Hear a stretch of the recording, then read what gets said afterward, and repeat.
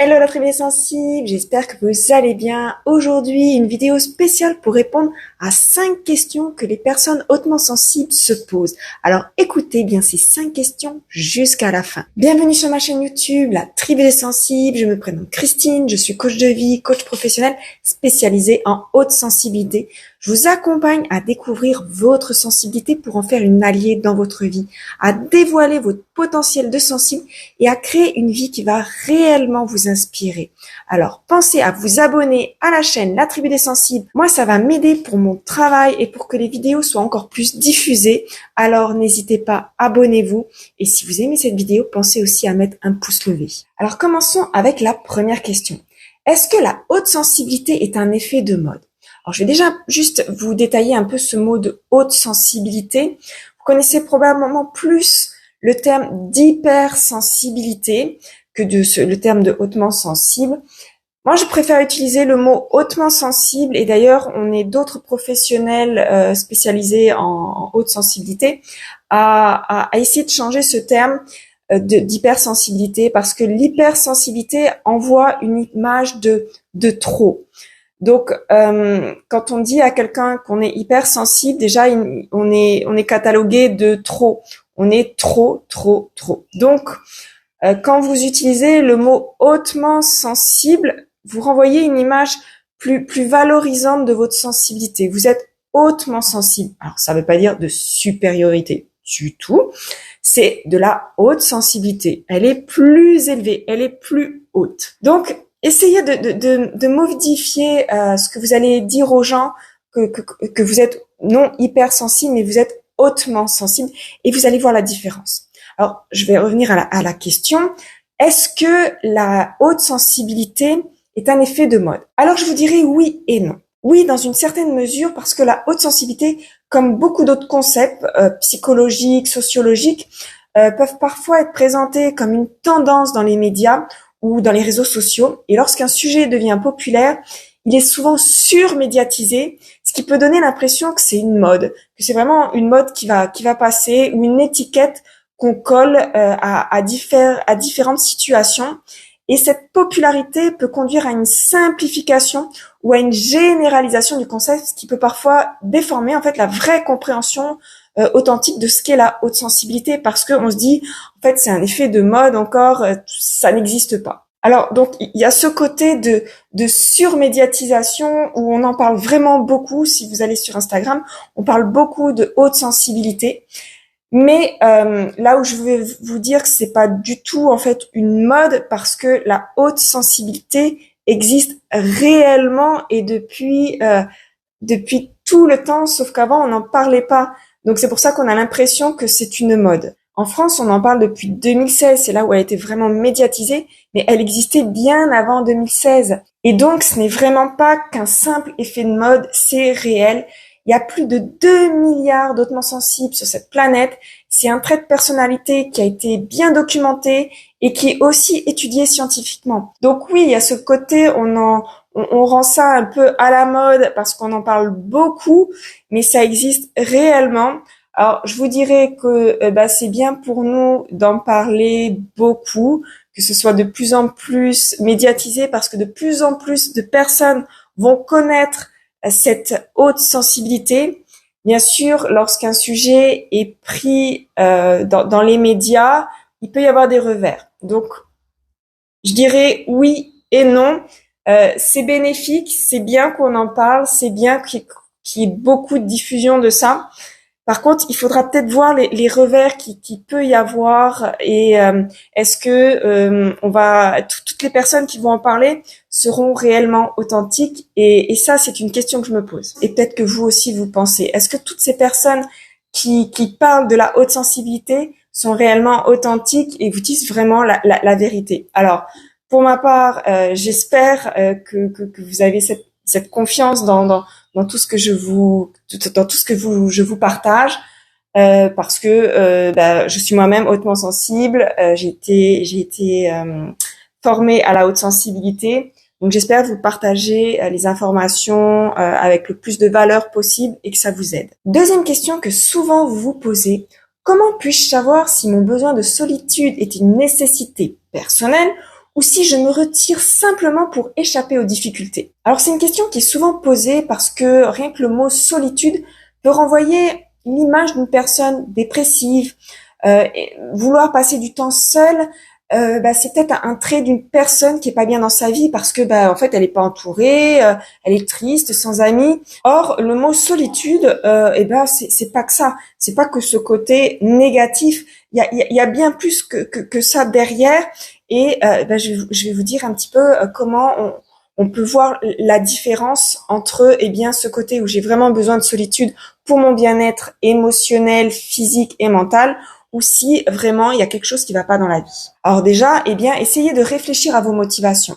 Essayez de comprendre pourquoi vous avez besoin de cette solitude. Est-ce que vous la cherchez parce que vous avez besoin de temps pour vous ressourcer, pour vous retrouver, ou est-ce que c'est pour vous éloigner des autres, pour éviter réellement une situation qui va être stressante ou peut-être même des conflits?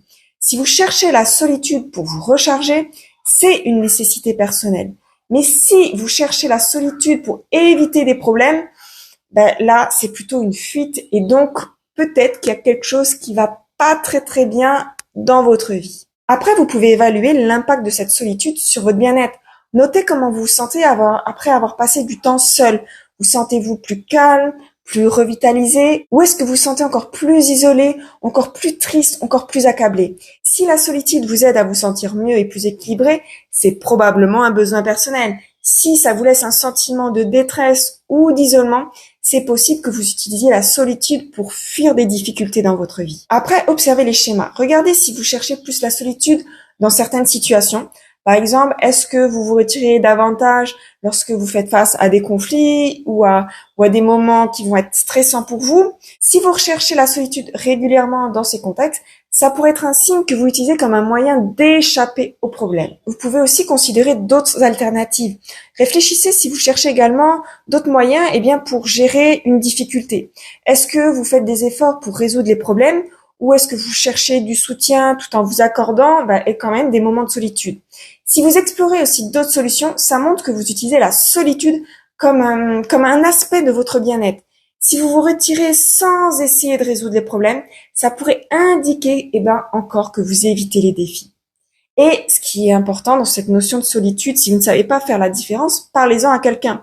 Parfois, discuter de vos sentiments avec un coach, avec un thérapeute, ça peut vous offrir des perspectives qui vont être transformatrices pour vous et elles peuvent vous aider à explorer vos motivations et à déterminer si vos besoins de solitude est vraiment une nécessité personnelle ou un moyen d'éviter les difficultés. Et d'ailleurs, vous pouvez me contacter par mail, vous avez tout dans la description pour pouvoir me contacter. Si vous avez besoin que je vous aide avec votre sensibilité à aller en profondeur dans cette sensibilité, à vous ouvrir des solutions face à vos défis actuels de votre sensibilité, contactez-moi et nous discuterons ensemble de tout ce que je peux vous proposer en accompagnement pour que vous puissiez créer une vie qui va vous inspirer, où votre sensibilité va pouvoir être intégrée et où vous allez vous épanouir réellement. Et donc, vient une autre question, souvent vous posez,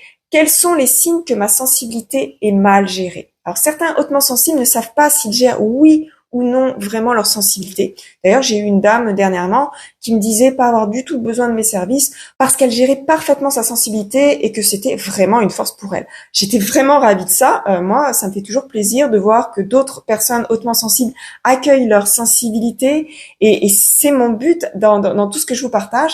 Mais on a discuté un petit peu plus ensemble, on a été un petit peu plus en profondeur et dans la discussion, j'ai perçu quelques petites failles et elle-même, elle a réalisé ça, ces petites failles.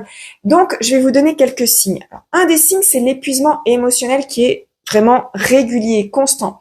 Si vous vous sentez régulièrement épuisé ou surchargé émotionnellement, même après une période de repos, ça peut être un signe que vous avez du mal à gérer votre sensibilité. La haute sensibilité, elle est normale, elle est naturelle, mais si elle vous épuise constamment, c'est peut-être le temps d'examiner comment vous la gérez réellement.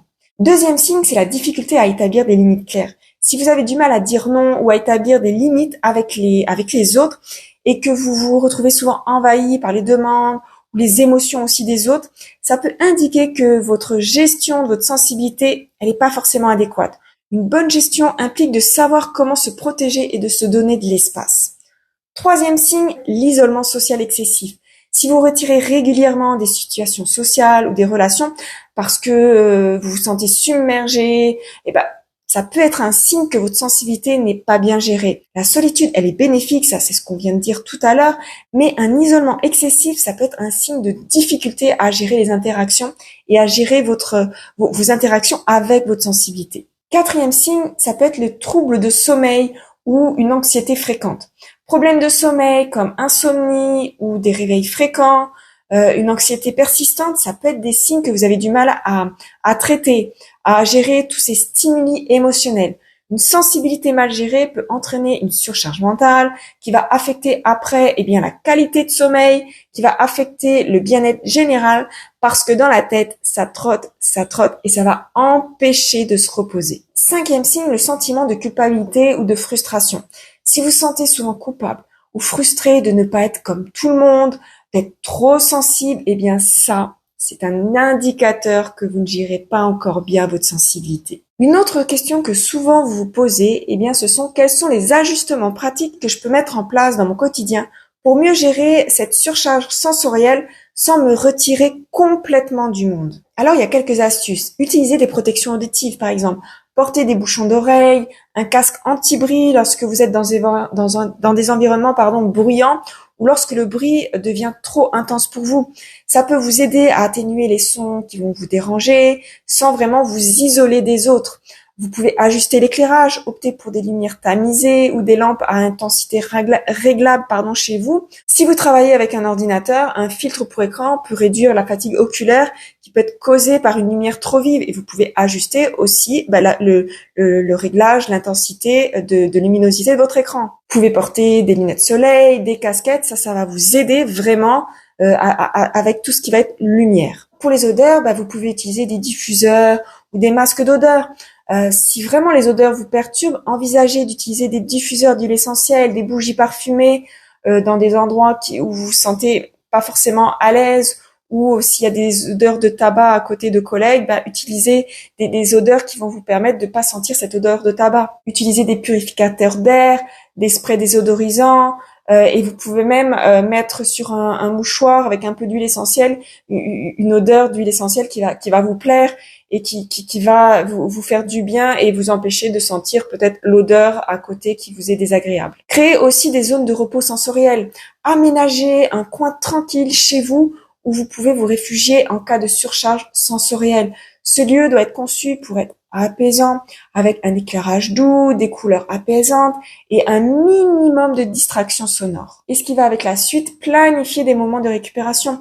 Faites des pauses régulières dans des environnements calmes pour vous reposer, pour vous recentrer, pour vous respecter. Même quelques minutes loin de sources de surcharge sensorielle, ça va vous aider et ça va vous aider à aller mieux. Après, vous pouvez aussi utiliser des bruits blancs qui vont vous aider, d'utiliser des matériaux pour vos vêtements qui vont vous être confortables. Vous pouvez aussi utiliser des techniques de relaxation qui vont vous aider à gérer ce stress sensoriel et ça va vous aider à vous calmer, à vous recentrer et à moins ressentir la présence des stimuli qui peuvent être perturbateurs pour vous. Et aussi communiquer vos besoins, informer les personnes qui sont autour de vous de vos besoins au niveau de votre confort sensoriel. Ils pourront peut-être vous aider à ajuster votre environnement ou être plus compréhensifs concernant vos préférences sensorielles. Les gens sont capables de vous comprendre. Par contre, il faut expliquer et d'ailleurs, vous aussi, il faut comprendre vos propres besoins. Et justement, pour la prochaine question, on va dans ce concept d'expliquer cette haute sensibilité. Et c'est une question que vous posez souvent. Comment puis-je expliquer efficacement ma haute sensibilité à des personnes qui ne la comprennent pas sans me sentir obligée de me justifier ou de minimiser mon vécu? Alors, je vous dirais déjà d'utiliser des termes simples et clairs. Commencez par expliquer ce qu'est la haute sensibilité de façon plutôt simple. Par exemple, vous pourriez dire la haute sensibilité, c'est un trait de personnalité qui signifie que je perçois tout ce qui est environnement sensoriel et émotionnel plus intensément que la moyenne. Ça peut inclure les bruits, les lumières et même les émotions. Utilisez aussi des comparaisons concrètes pour rendre le concept plus accessible. Vous pourriez dire par exemple, c'est un peu comme si j'étais un appareil différent des autres où j'ai un réglage de volume et de lumière qui est beaucoup plus sensible que les autres. Par conséquent, ce qui peut sembler normal pour quelqu'un peut être très fort pour moi ou très intense pour moi. Donnez des exemples vraiment, comme je vous ai dit, concrets. Partagez des exemples de situations de votre vécu, de votre sensibilité. Par exemple, vous pourriez dire, lorsque je suis dans un endroit très bruyant, je peux me sentir rapidement épuisée, même si pour toi ça te dérange pas, mais moi, ça m'accable complètement. Ces exemples peuvent vraiment aider les autres à vous comprendre vous et votre sensibilité. Exprimez aussi vos besoins clairement. Communiquez vos besoins honnêtement et soyez clair. Par exemple, vous pourriez dire, pour me sentir à l'aise, j'ai parfois besoin de réduire tout ce qui va être bruit, tout ce qui va être lumière. Ça va m'aider à me rester concentré et à me sentir mieux. Évitez par contre les justifications en excès. Soyez ferme, soyez bienveillant dans vos explications. Vous n'avez pas à vous justifier ou à minimiser votre vécu. Une simple explication de vos besoins ou de vos expériences, c'est suffisant. Par exemple, c'est la façon que je fonctionne et je te remercie pour ta compréhension. Mettez aussi en avant les aspects positifs de votre sensibilité. Par exemple, moi j'ai un sens aigu de la perception. Ça va me permettre d'être très attentif aux détails et aussi j'ai une empathie envers les autres qui est juste extraordinaire et ça me procure un réel avantage dans mes relations et aussi dans mon travail. Et ce qui est aussi important, c'est plutôt de rechercher la compréhension et non la validation.